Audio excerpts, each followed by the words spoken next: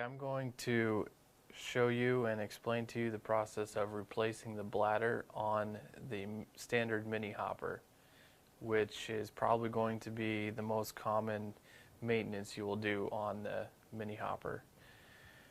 First, you want to start by removing the mini hopper from the machine, either by taking the screws out that hold the bracket on to the Z carriage, or by removing the screws at the bottom that holds the hopper to the mounting bracket.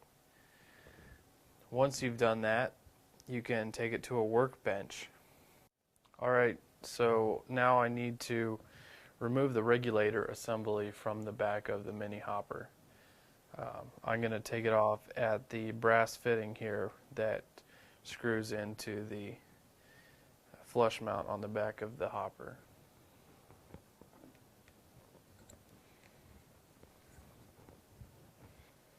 Then I'm going to twist the 90-degree fitting either up or down out of the way of the screw heads so I can take the screws out.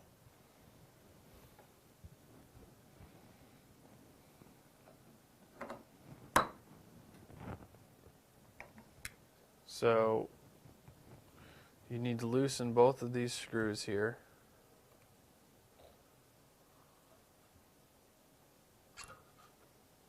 And then the assembly will come out of the hopper.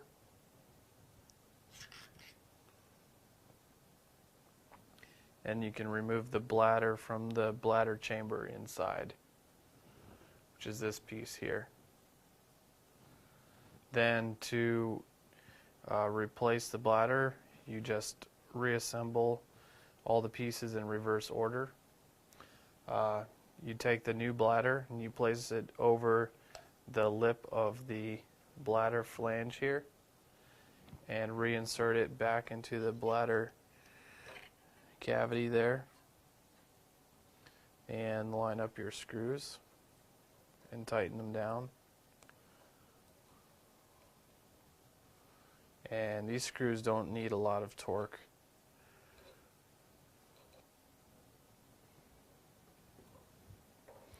Then replace your air regulator onto the 90-degree fitting.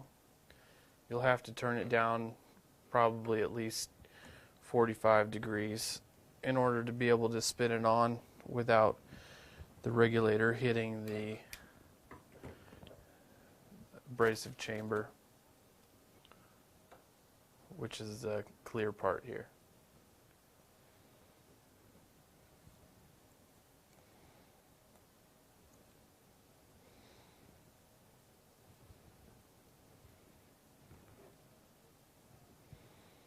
Then you would just remount your hopper and connect the abrasive hose and check your on-off valve for operation, and you're ready to continue operation.